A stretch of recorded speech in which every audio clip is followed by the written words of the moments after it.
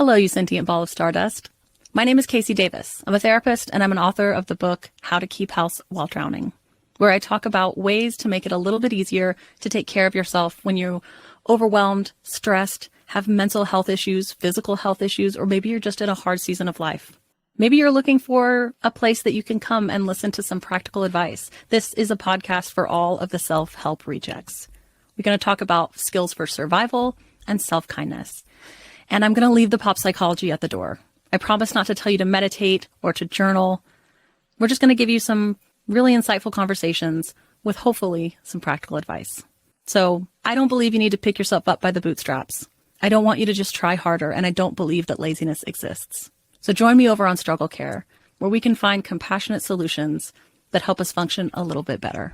New on Curiosity Stream. How do you connect a 16th century potato to limitless energy production? Could Napoleon's toothpick have a direct link to a machine that predicts the future? And how can a 1700s conch shell chart a course to humans connecting their brains to the internet? James Burke's visionary series Connections returns for a new generation. Experience all new Connections. With monthly, annual, and bundled plans, find the one that works for you at curiositystream.com.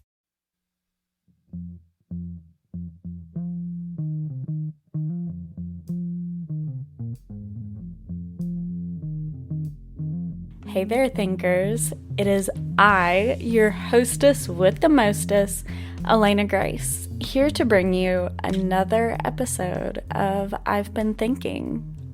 So, welcome to episode 131.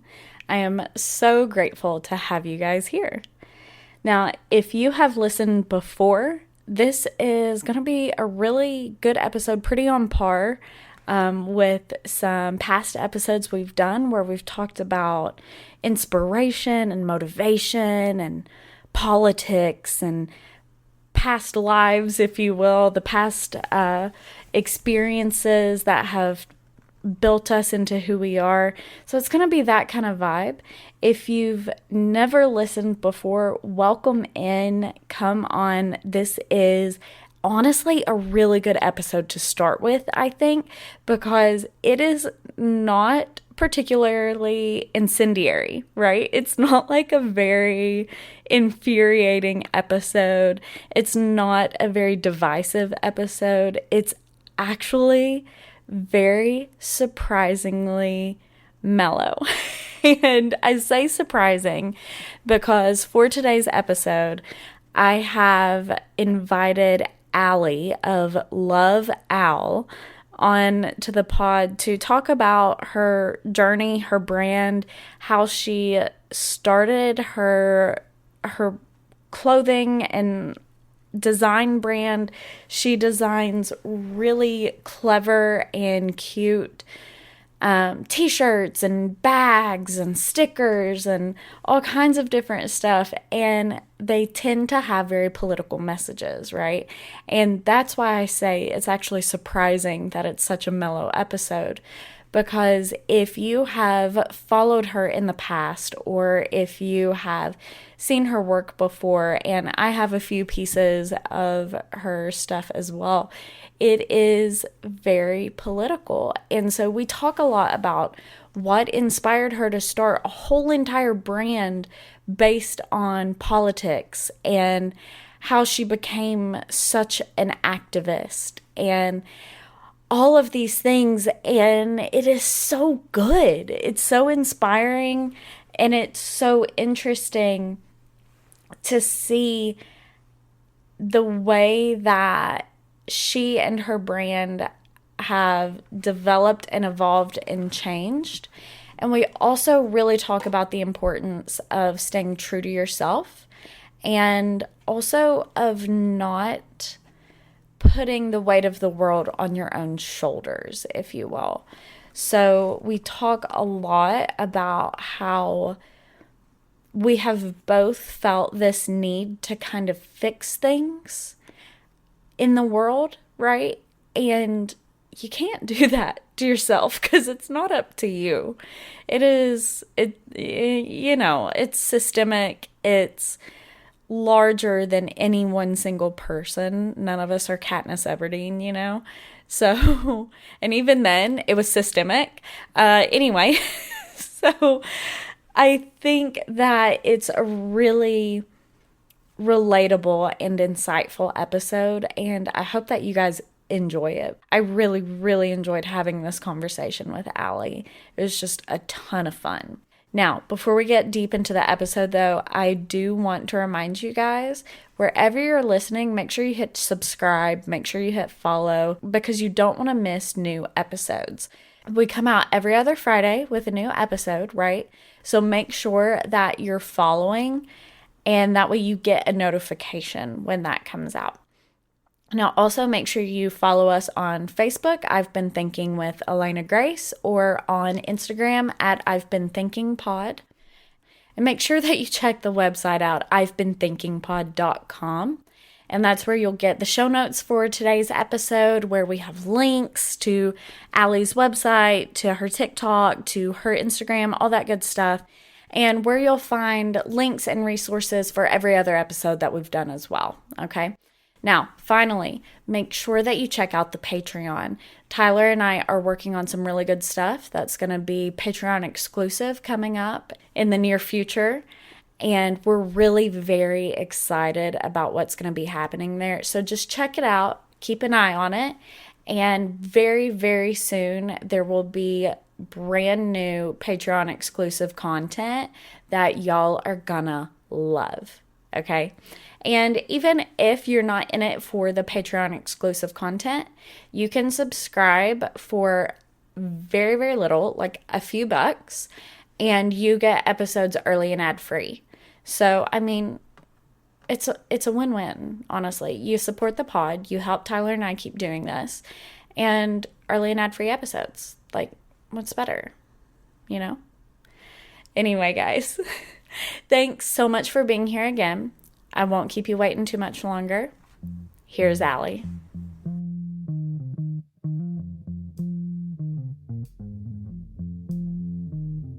Hi, my name is Allie, and I am the founder and owner of Love Out, which is an online apparel company. And I actually started the business by accident, and I got really into politics, and now I'm been running the business for about 3 years, and I live in California. I just got married, and yeah. Very cool. So, I okay. saw, yeah, oh my gosh, that's perfect. I actually saw your post earlier today where you were talking about how you guys like secretly got married. Yes. That's so funny. Yeah, honestly, it was like the best decision we ever made, because like we got to have like that celebration just together, and it was super like unplanned, which was also fantastic because I'm a very anxious person, and so like there's not like a lead up, and it was just like about us and like being in love, and then we got to have like the big wedding, and there wasn't like stress about the actual getting married part, and Yeah, we just focused on having fun, which was amazing. that is so cool. That's such a good idea. I love it. And I love that because you said in the post, I think, that your fiance just kind of texted you and was like, do you want to go to the courthouse today? Yes, yeah. So actually, it was because of insurance, because I was getting off my Hilarious. parents' insurance, and I'm a diabetic, a type 1 diabetic. So insurance was very important. And Yeah. I didn't even register that our wedding date was 1 year from the date that he texted me, and he just scheduled it, and we went. Oh my gosh, that is even better that it was about insurance. That's so, so funny, dude.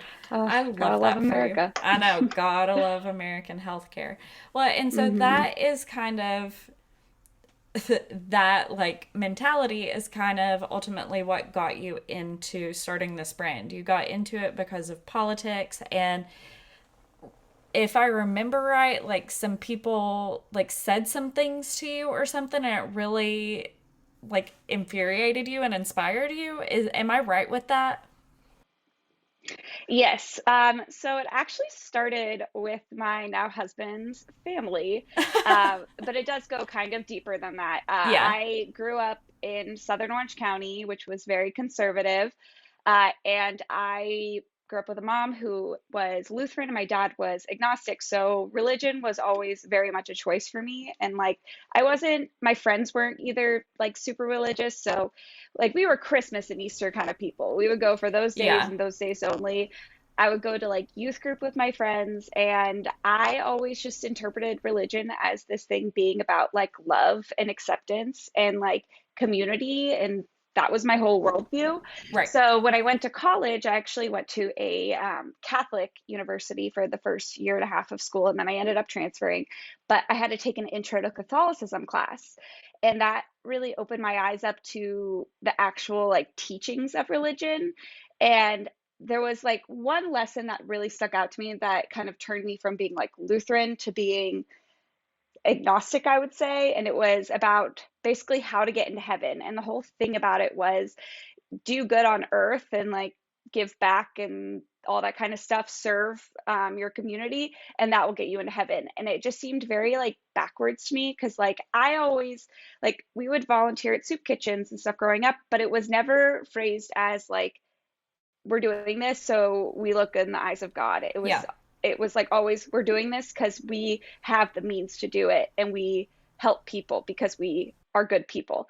It was never self-serving or anything. So that actually really started to change my view of religion, and I became like more agnostic. It's spiritual, but not not I would never call myself Lutheran after that because I was like, this doesn't align with me. Well, then fast forward a couple of years later, I met my husband, Alan.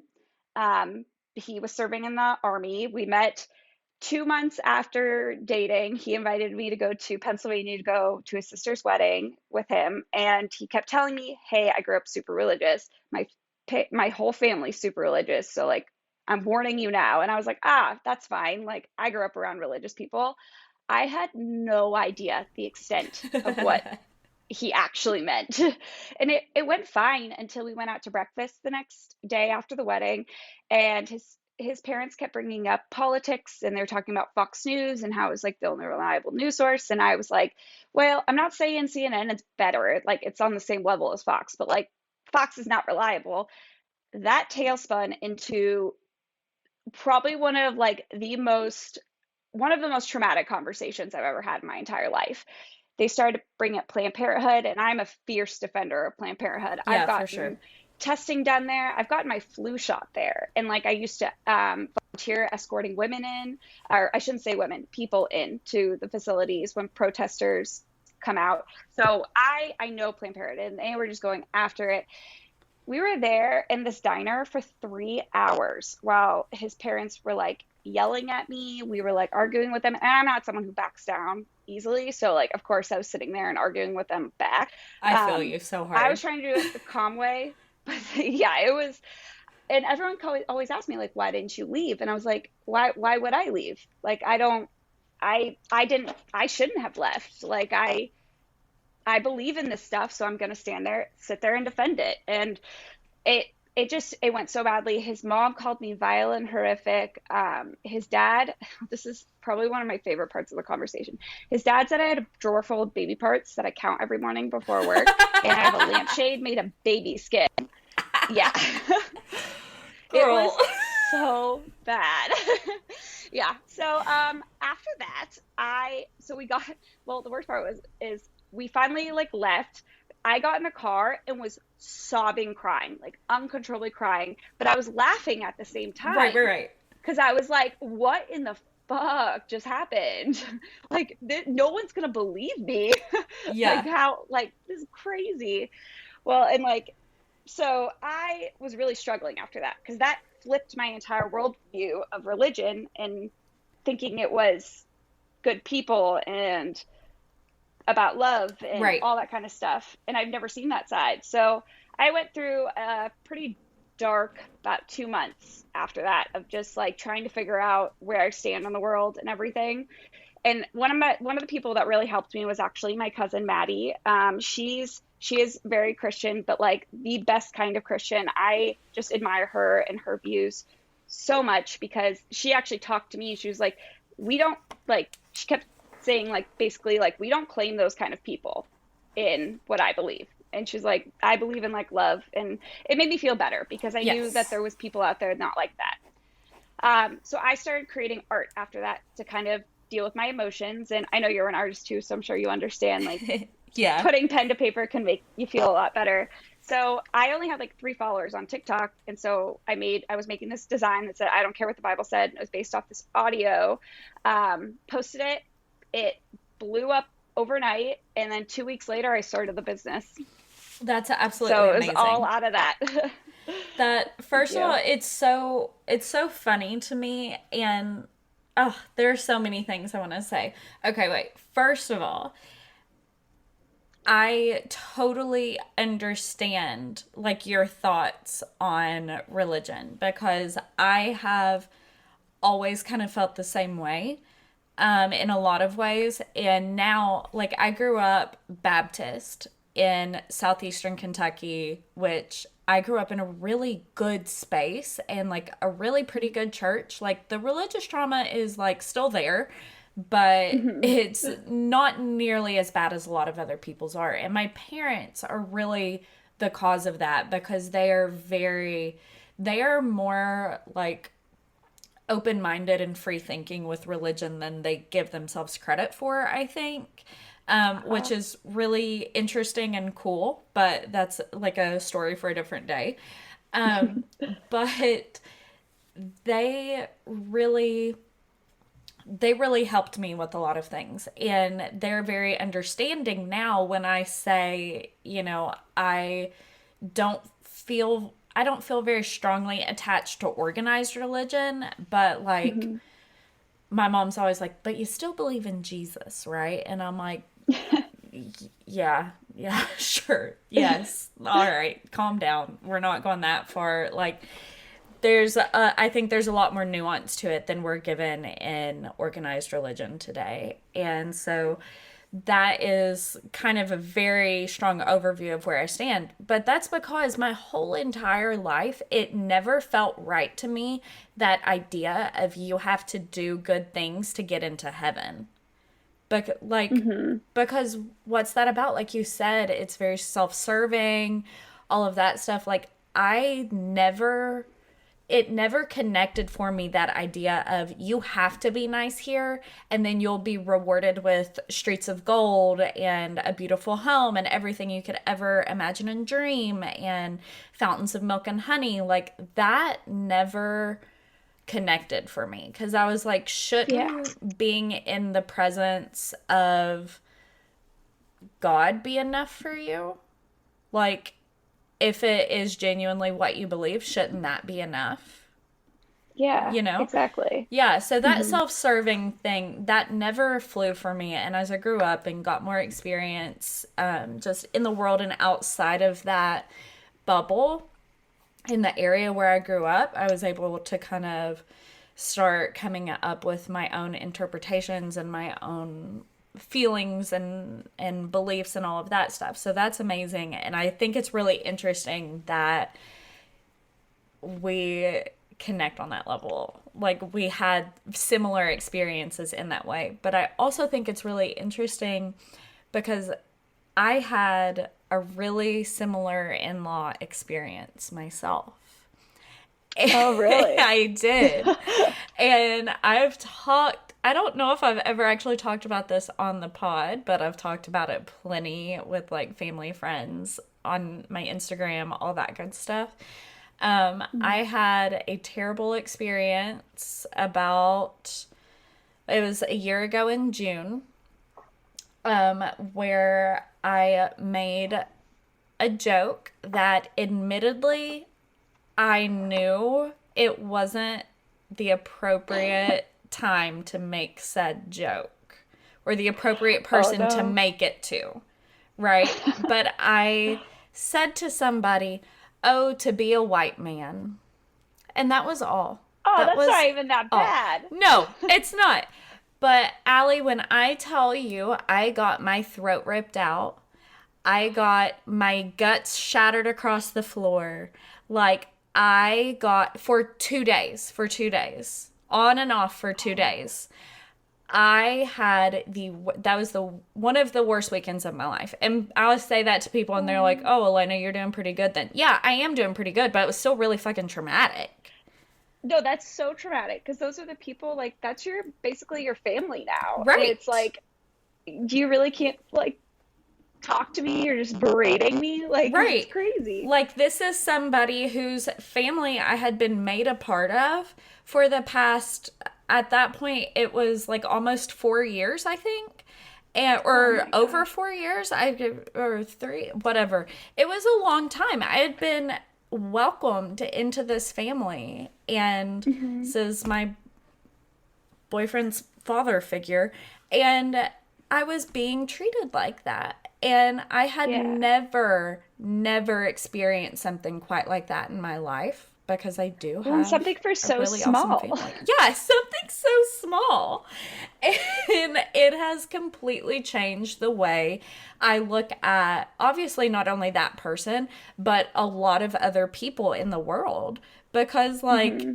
it was so traumatic. So I totally understand that feeling of like having your perspective of people with certain religious or political or whatever views being so thoroughly affected by those super traumatic experiences, because that Hmm. messes you up.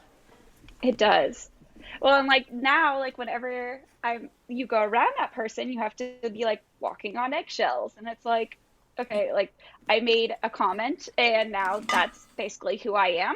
Yeah, And it sucks. it sucks. It Yeah. sucks. And yeah, it damages so many things, and it can strain your relationship, like all of those things. It is Hmm. really, really difficult. So I, I totally get it. I hate that that's something we share though. But for Yeah. the listener, I think that that is a really important part of kind of both of our stories in a way, because it has definitely made me feel much more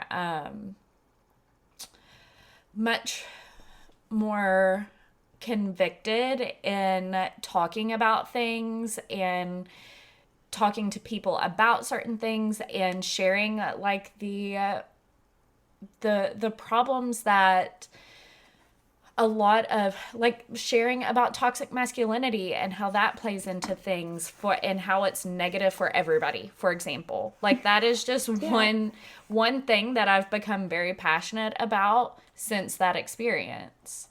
I think that totally makes sense, that that is kind of what spurred your journey. And then I think it's amazing that you went viral on TikTok. That's kick-started your business. I think that's the dream, sister.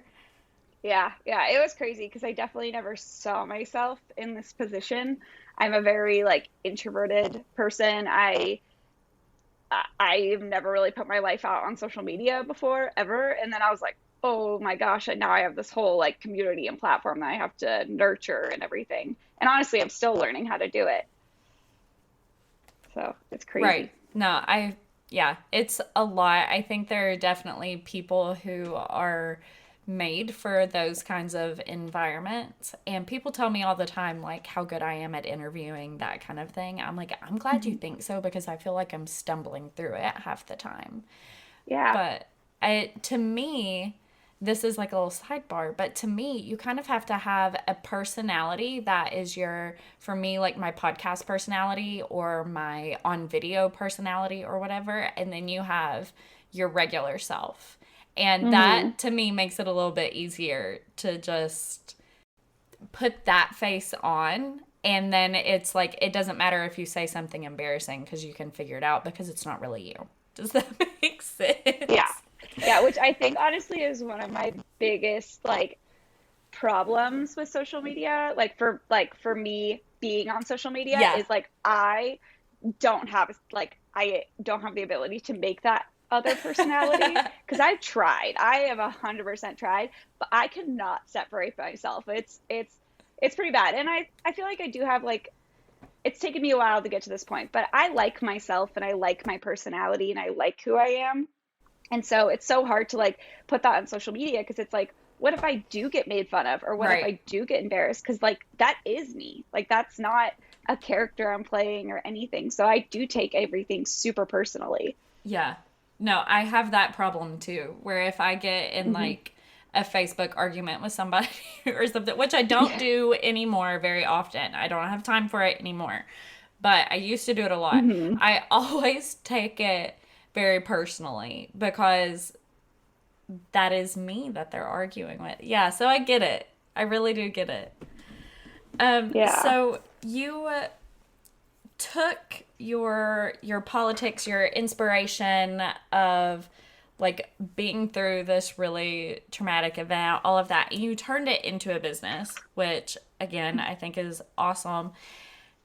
And you use that not only to like you not only use your TikTok and social media platforms to give yourself a lift up and like to have a business, but you use it to uplift other people and organizations too, which I think is really, really important. Oh, thank you. Yeah, that was definitely like one of my goals. Actually, that was I had a full-time job when I first started the business, and like I was doing okay. I definitely wasn't making as much as I should have been at the job I was at. Right. But when I first started this, I was like, maybe should I just sell a few t-shirts so I can make a donation to Planned Parenthood? Because I wanted to make a donation after that whole incident. Yeah. And I was like, oh, I'll just do this like one shirt. And then it just like kept going. And I was like, I can do like actual good here. And that's like kind of what inspired me to like keep going and quit my full-time job and do this full-time. That's awesome that you weren't inspired to do this full-time because you knew you could make a living off of it, but you wanted to do it for others. I think that says so much about ultimately like how you grew up from the sounds of it, that it was a lot about selflessness and giving back for the sake of it and for the fact that you had the means to.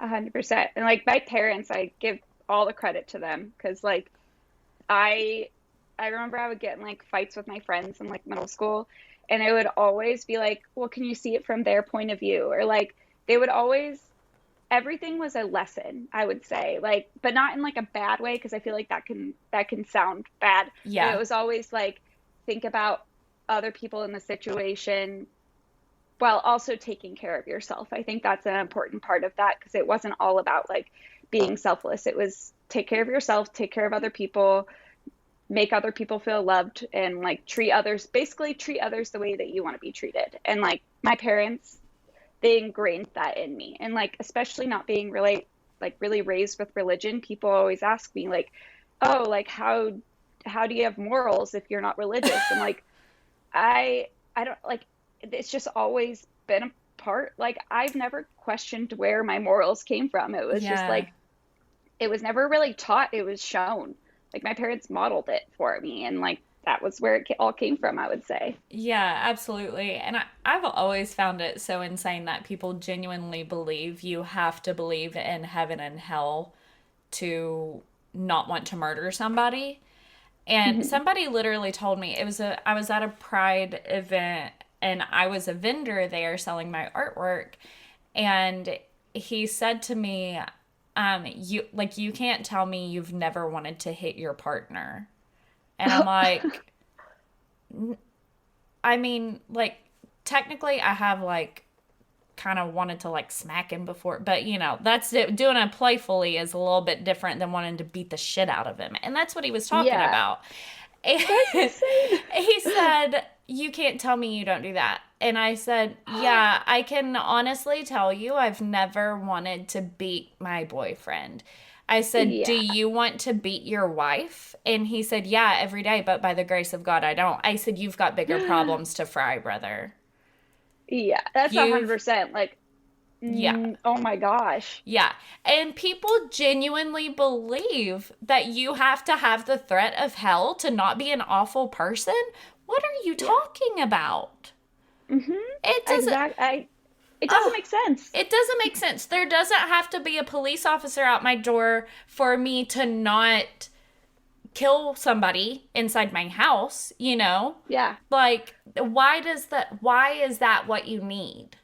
Yeah. Well, it's really interesting because like my husband Alan, he grew up very similar to like you with the Southern Baptist, Yes. but definitely more strict and like very much like indoctrinated, all that kind of stuff. And so he didn't exit the religion until it started his junior year of college, but that was kind of like the starting question. But once he got into the Army, that was kind of when he exited the religion fully.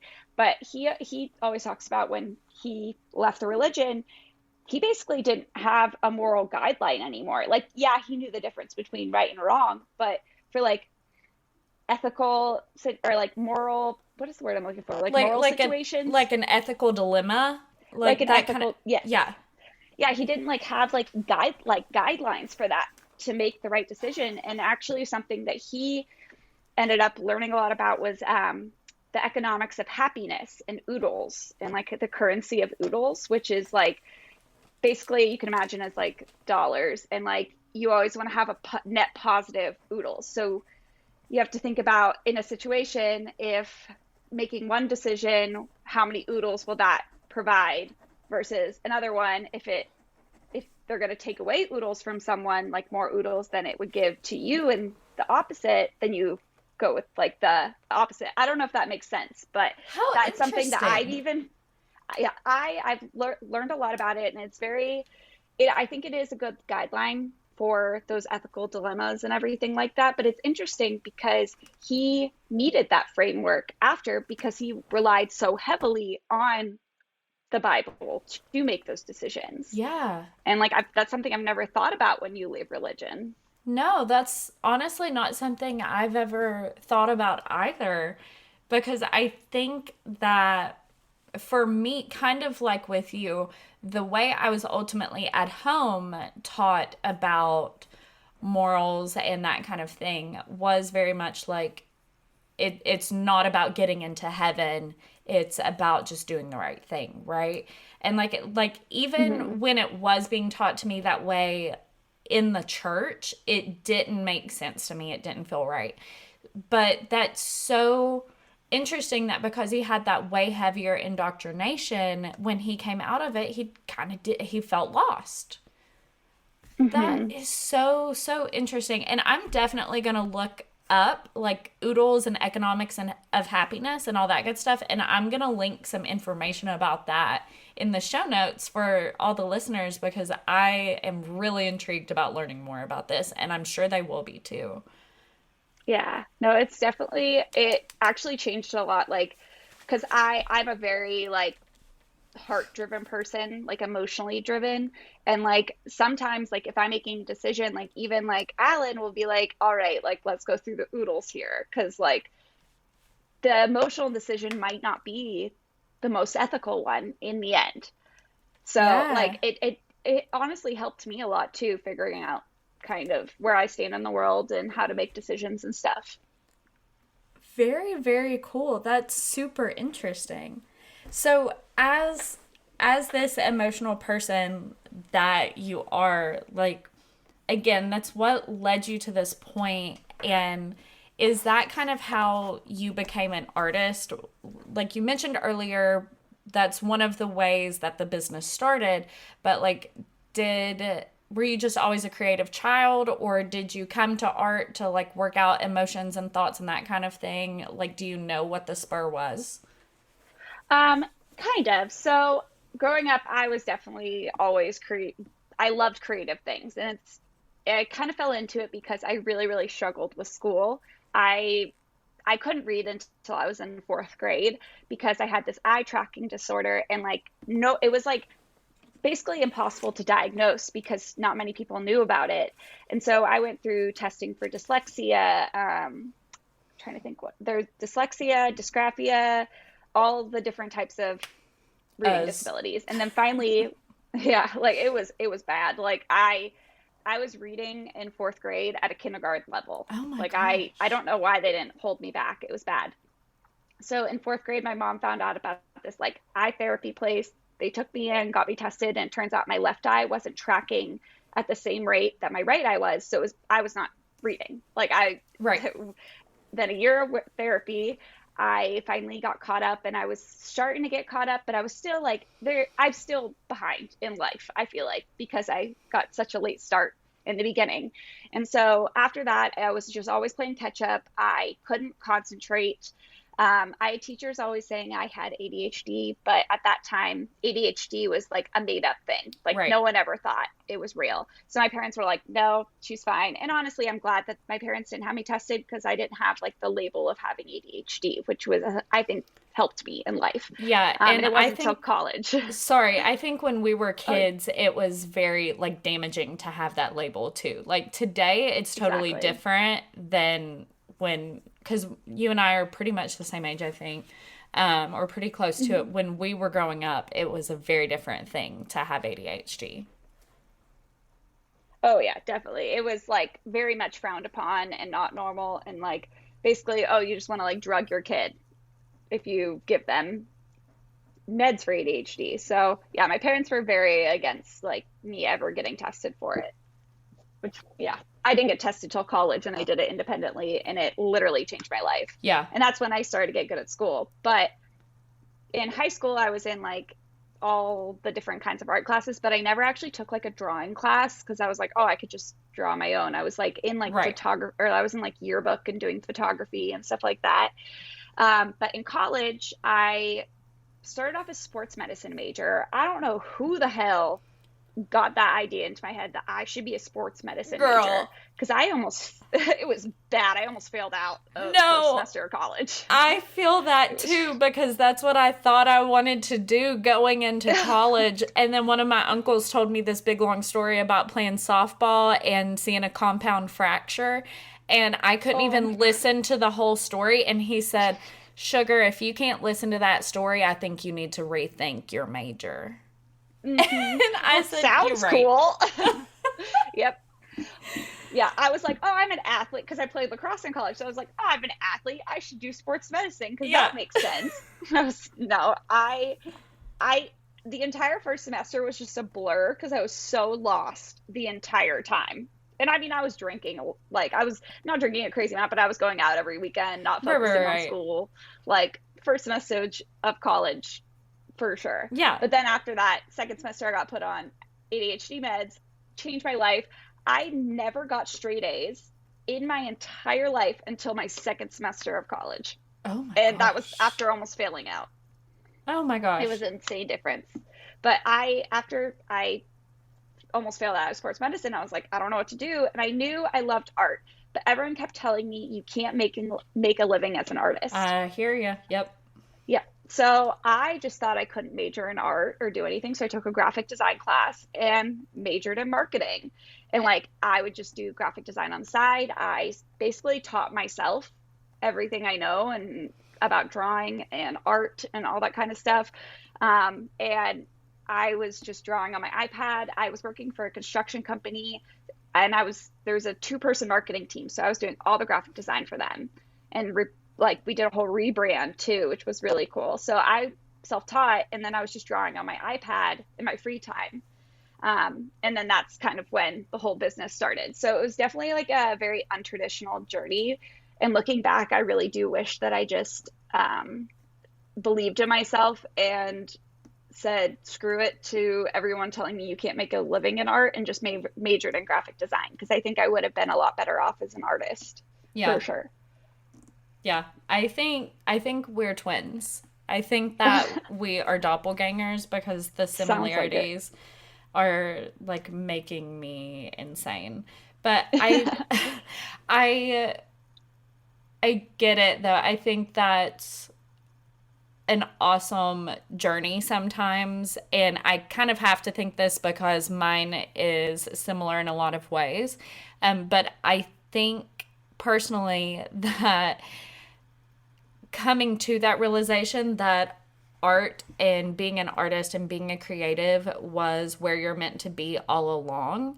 I think that becomes more valuable when you've done other things and you've realized how unfulfilling it is. And also when you realize that those other things aren't necessarily as lucrative or as safe as the world made you think they would be, especially compared to art. Because you can do so Exactly. much as a professional artist. There's so much more than we were led to believe. Well, and like it pays pretty well in the end. Like I didn't realize how much you could make as an artist. And like Yeah. I was in the beginning, I was even undervaluing what I could do and like not charging enough for what I could do. And like my marketing degree was making me $17 an hour in Southern California. Like I was under the poverty line in Right. Southern California. I wasn't able to move out of my parents' like house until I started the business. And then a year after starting the business, I bought a house. And I was like, why did I not just like do this before? But Yeah. I do think I value more now, like that I can do this than because of those past experiences. Yeah.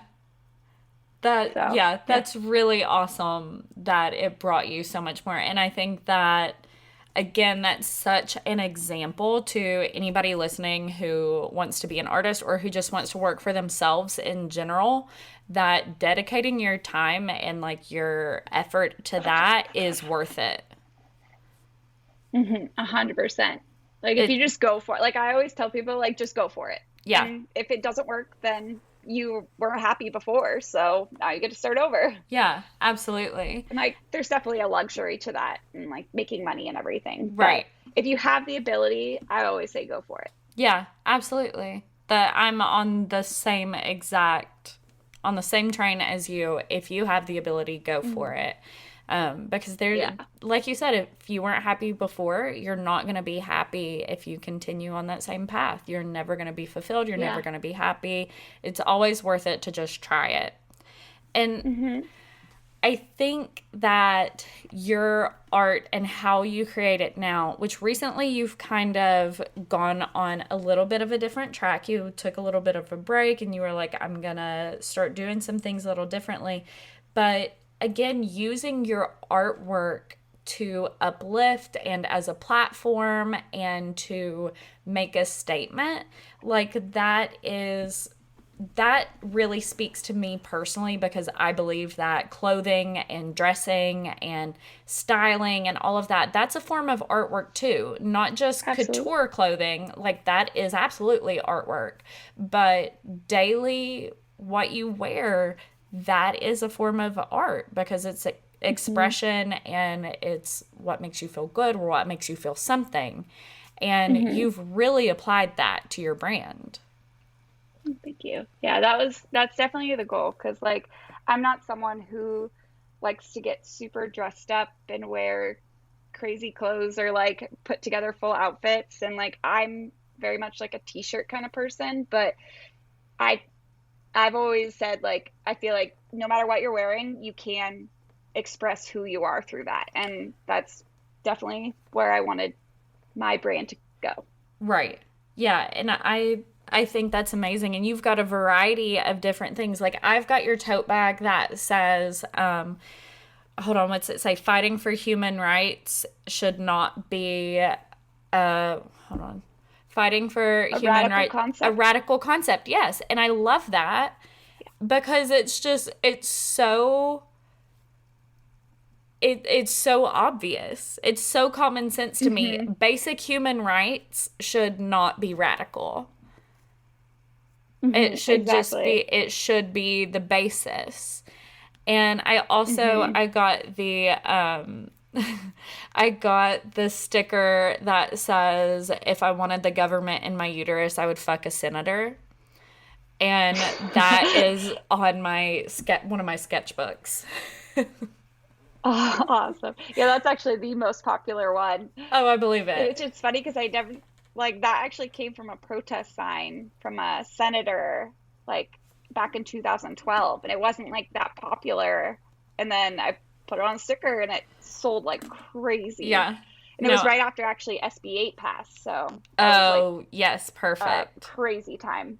Yeah, I'm sure. And I think that those are just like, those are really basic ideas that so many people relate to, because it seems, especially so many people who these laws affect relate to, because it's something that not only directly affects us, but we can see how it affects other people as well. And I think that is I'm going to devolve just a little bit for a second, but I think that that is something that a lot of people miss out on in their political ideologies. They miss out on seeing how things that affect other people are also important, not just things that affect them. Yeah, yeah. Like we live in a society where there's people of all different ages, races, life experiences, and just because you don't think one way doesn't mean someone else can't think another way. And like we Exactly. all have different end goals. I shouldn't actually, I think we all have the same end goal. It's just a matter of how we get there. Right. Yeah. Yeah, no, I think you're right. And I think that's something that a lot of people miss. And again, that's one of, like I was telling you earlier, that's one of the reasons I started I've Been Thinking, was to highlight that everybody's goal is to just like live life, to be happy, and to have a decent experience on this earth. And we don't need to hinder each other from doing that. Hmm. Exactly. Yeah. So, one last thing. I wanted to talk to you a little bit about your burnout in politics, because you have been talking about that lately on social media a little bit. Yes. Yeah, so I went through, I was actually still, I'm coming out of it currently, but Yeah. I was so heavily involved in politics for the past 3 years, like since starting Love Out. And like my entire mission of the business was about making a difference in the United States politically, because we were going through such a hard time, like with Trump being elected, and I was seeing it firsthand, especially like when SB 8 was passed, and I got super heavily involved. We ended up sending like almost 4,000 postcards to Governor Abbott in Texas right Wow. after that was passed. And I actually went to the Women's March in DC, and it was a lot. And I was so stressed out about what the potential future was of America. And like from that point, I just kept seeing like these politicians who I didn't feel like gave a shit about anyone. Like it was all about money. And it was on, like, at first I was like, oh, it's all the Republicans. It's all the Republicans. Don't give a shit about anyone. And they're just trying to make money and be self serving, or like appeal to only Christians and da da da. But then over the past like year, I've seen kind of that on both sides. And Yeah. like it breaks my heart because like I mean, I'm not registered as any party, and I have never been registered with a party. I think I registered one year with the Democratic Party so I could vote in a primary, and then I immediately changed it back to independent, because I've always had the belief of I don't want to be on one side, because we live in a society that has been so divided for so long. And like no matter what, we're always going to have people who are Republican and always going to have people who are Democrat. But the only way we can move forward is if we work together. And in those first early couple year and a half, I would say actually the first like year and a half, I was like hardcore liberal. Like I don't want to hear anyone else's opinions. I don't care about anyone else's opinions. Like this is the way it needs to be. And that was exhausting. It was exhausting Yeah. because I was constantly fighting, constantly defending, constantly getting mad. I was so angry for so long.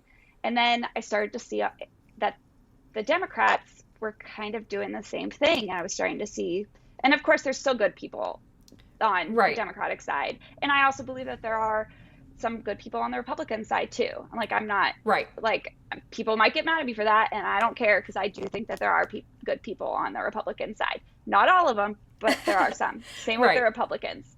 And so I kept, if I knew if I ever voiced that, people would get mad at me. And like for like a year, I was stressing out about that, because I was like, oh, I really want to say something about how it's just all kind of corrupt, and I honestly felt like I wasn't making a difference, and I was just making the problem worse of people being at each other's throats. And that was kind of like, I think my tipping point is when I realized I was part of the problem.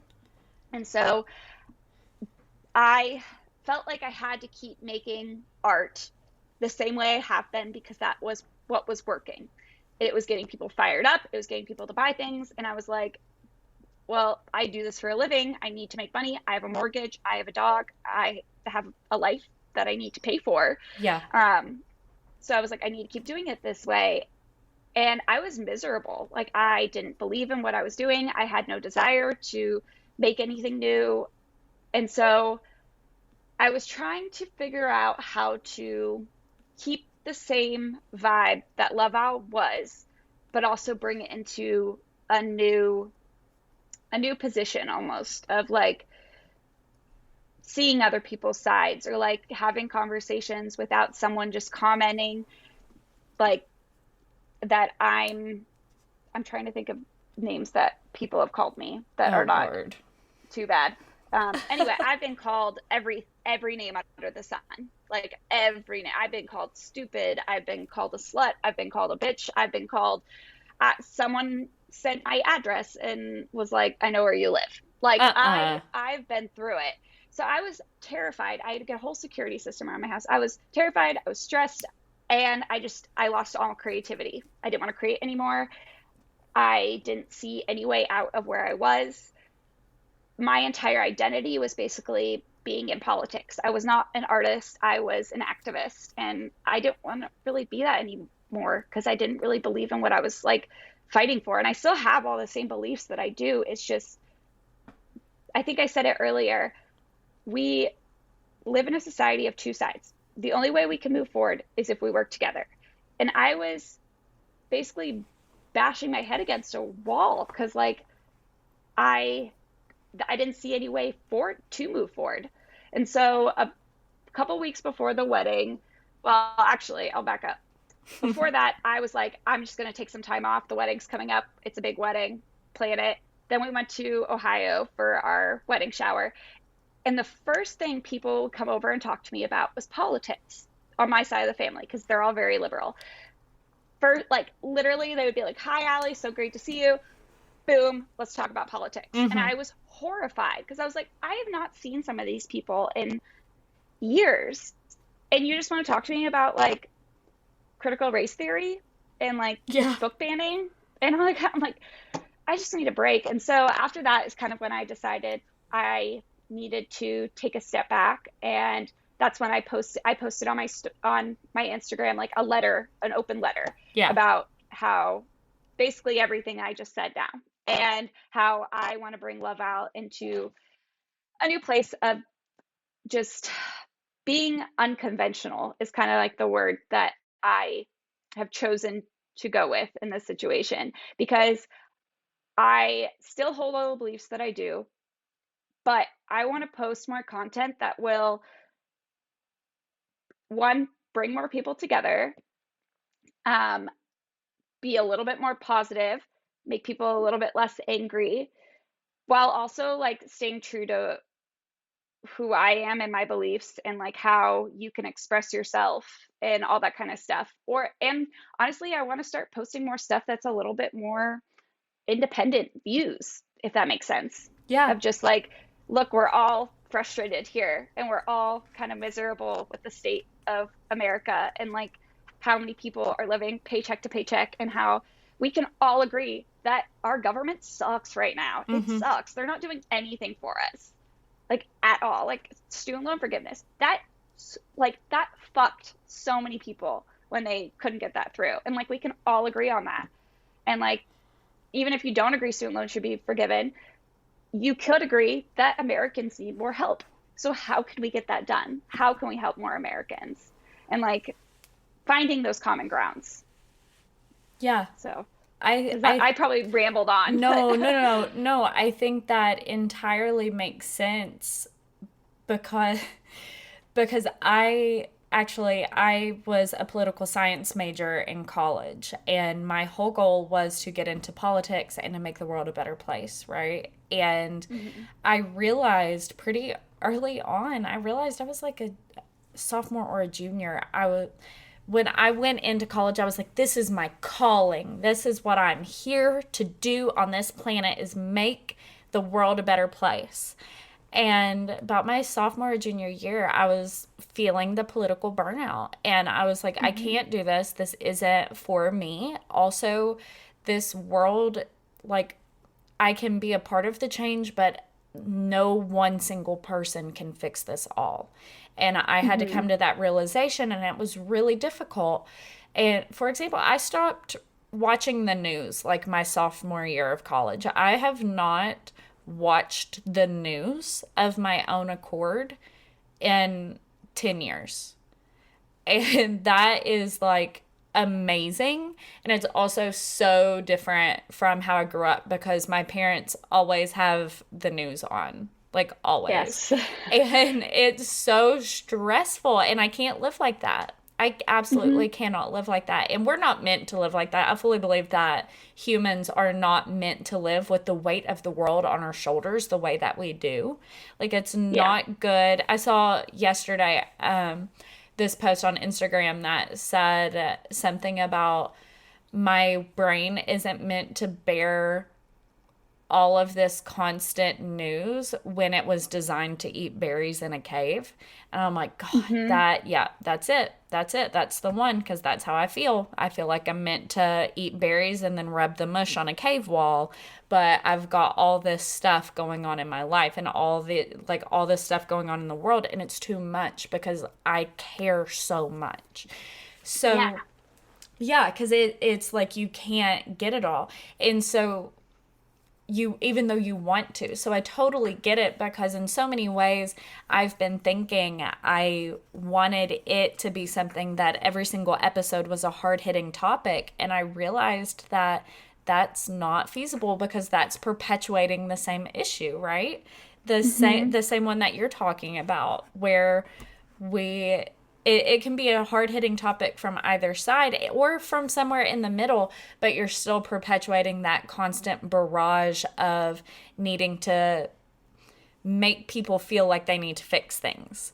So, or feeling like you need to fix things, so that's why you're doing it. So anyway, the point is that I think that's something that a lot of people relate to, is that feeling of burnout from politics, from activism, from just the world in general, and from being exposed to so much. And I think it's amazing that you have realized that at the risk of your business in some ways, you have to take that step back from it and say, I have to do what's best for me, as well as I need to, because I never thought of you before as being part of the problem. I want to say that. I never thought of you as being divisive or contributing more to divisiveness, right? But I totally understand where you're coming from in not wanting to contribute to it and seeing yourself as contributing to it.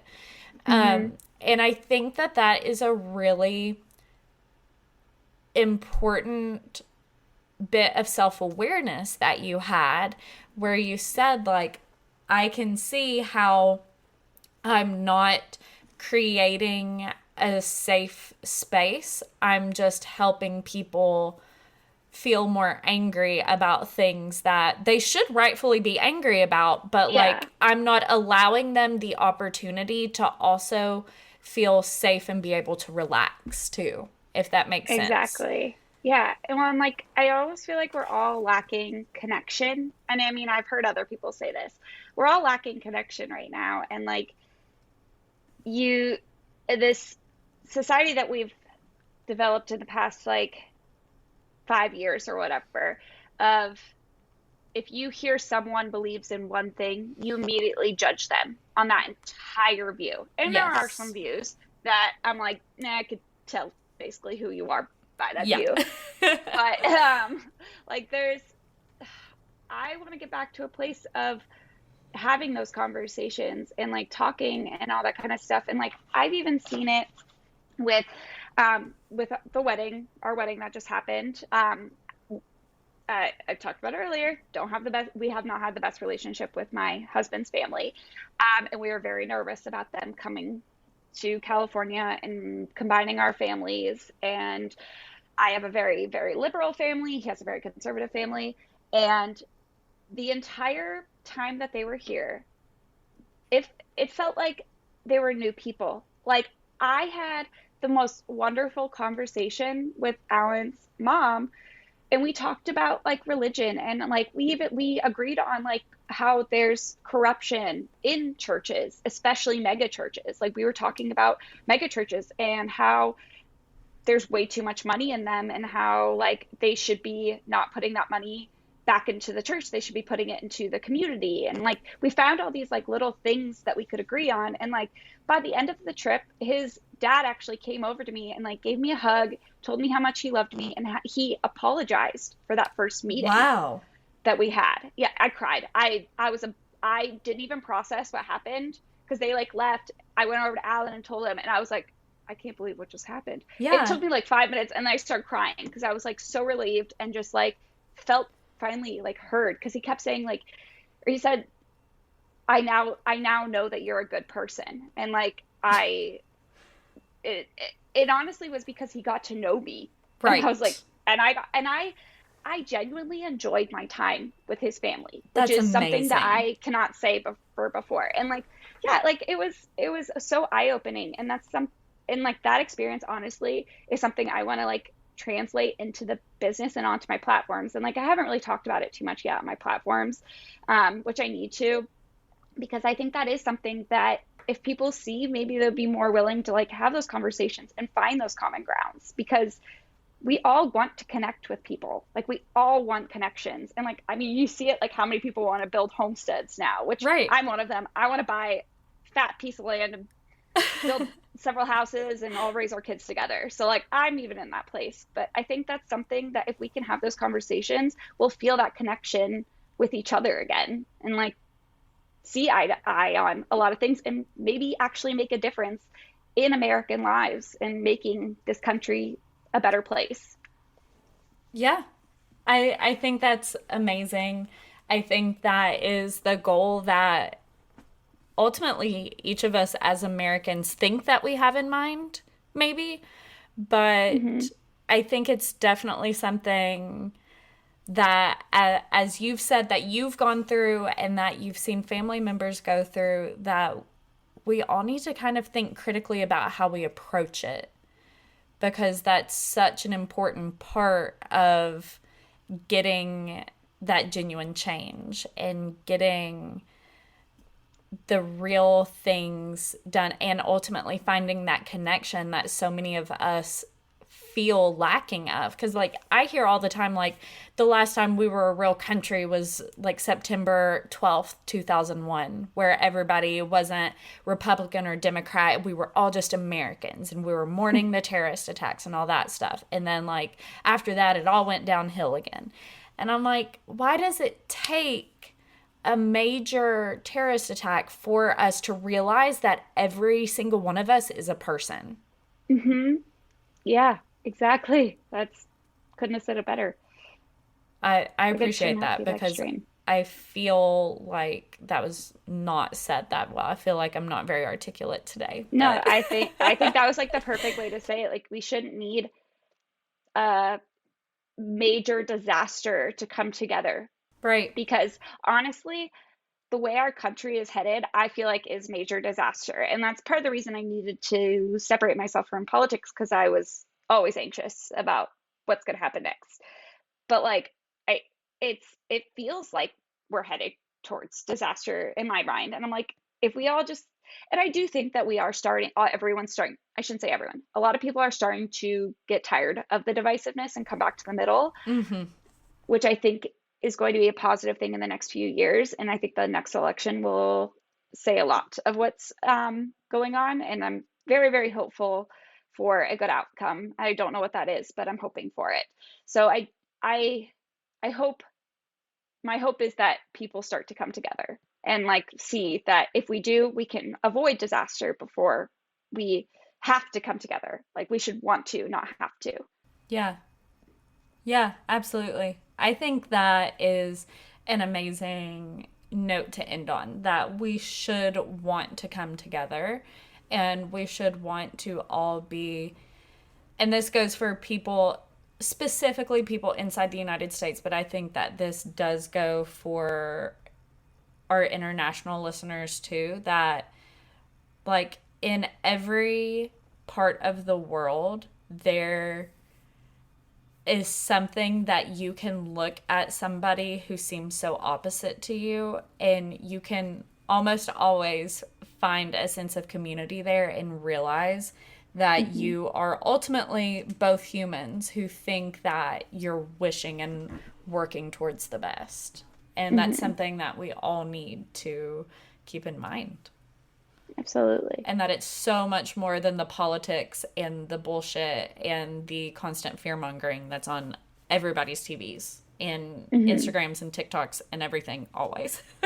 Yes, exactly. Always.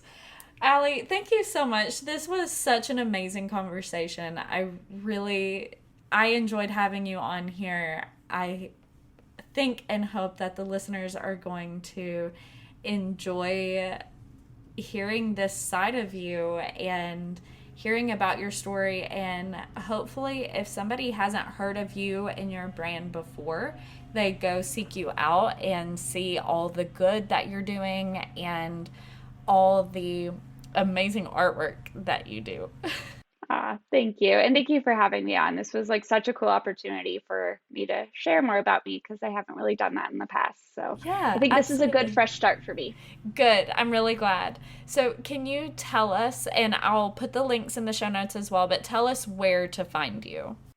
Yes, so I'm on Instagram and TikTok at loveal_co. And then my website is lovealco.com.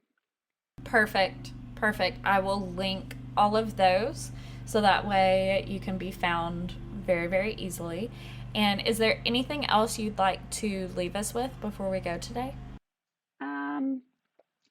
Well, one thing, I have a new collection coming out soon. So if you want to see like the new kind of improved Laval, that will be dropping within like the next like 3-ish weeks. Perfect. Love it. All right. So, everybody, if you're listening to this within early October 2023, check out the website for new good stuff. And if you're listening to this after that, still check out the website for good stuff because it'll still be there. Well, thank you. You're welcome. Thank you so much again, Allie. All right. Thanks for listening. Bye.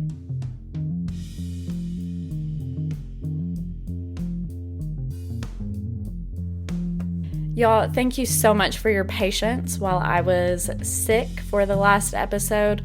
But thankfully, Tyler did such an incredible job on the intro and getting everything thrown together. I have been suffering from the most awful sinus infection and then some mild bronchitis for the past 2 weeks. So when I tell you that when I was trying to record the last episode, like the morning I woke up and was supposed to be recording it, I sounded like a frog. I couldn't speak. I sounded absolutely awful. It hurt. My body hurt. Thinking hurt. It was miserable. So I am luckily recovered now and producing new content. And here we are. So thank you guys so much for your patience and for hanging out with us while we did that kind of from the archives episode last week. That was awesome of you. Thinkers, thank you so much for listening to today's episode. I appreciate you guys. I hope that you enjoyed. Make sure that you check out the show notes on the website, I'veBeenThinkingPod.com/blog. And you can, type in the search bar, or you can go to, if you're listening to this when it just came out, the top link on that page, the top listing. And you should find the show notes for this episode where we'll have resources to, or links to Allie's website, to shop there, to see about her story, to read about that a little bit and about her. I'll link her Instagram, her TikTok, all that good stuff, so you can get to know her a little bit better and you can support her artwork, her cause, and also support really important organizations through supporting her. So, very awesome, really good products. She's super awesome, as you've heard. I hope that you guys enjoy. I hope that you shop with her and you find something that makes you happy, makes you feel empowered, and makes a statement that you feel happy about. So thank you guys again so much for being here. Make sure you check out the website again, check the Instagram, follow there, follow or subscribe wherever you listen. And hey guys, leave us a review, okay? That is so important. And I forgot to remind you in the intro, so I'm going to remind you right now. Leave us a review wherever you listen, and you have no idea how much that helps us. A review, a 5-star rating, that is so helpful. But while you're at it, make sure that you share us with a friend too. Put your favorite episode on your Instagram story, or share our Instagram to your Instagram story. Whatever it is, share us with a friend, because that is how we're going to grow, and that's how we're going to be able to make even more incredible content for you. All right, guys. Thanks so much for listening again. So glad to have you guys here, and we hope that you enjoyed. Thanks, guys. I've Been Thinking is hosted by myself, Elena Grace Campbell. It is produced and edited by Tyler Miller and is proudly presented by Stoveleg Media.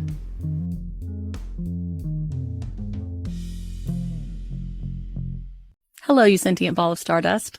My name is Casey Davis. I'm a therapist, and I'm an author of the book How to Keep House While Drowning, where I talk about ways to make it a little bit easier to take care of yourself when you're overwhelmed, stressed, have mental health issues, physical health issues, or maybe you're just in a hard season of life. Maybe you're looking for a place that you can come and listen to some practical advice. This is a podcast for all of the self-help rejects. We're going to talk about skills for survival and self-kindness. And I'm going to leave the pop psychology at the door. I promise not to tell you to meditate or to journal. We're just going to give you some really insightful conversations with hopefully some practical advice. So I don't believe you need to pick yourself up by the bootstraps. I don't want you to just try harder, and I don't believe that laziness exists. So join me over on Struggle Care, where we can find compassionate solutions that help us function a little bit better.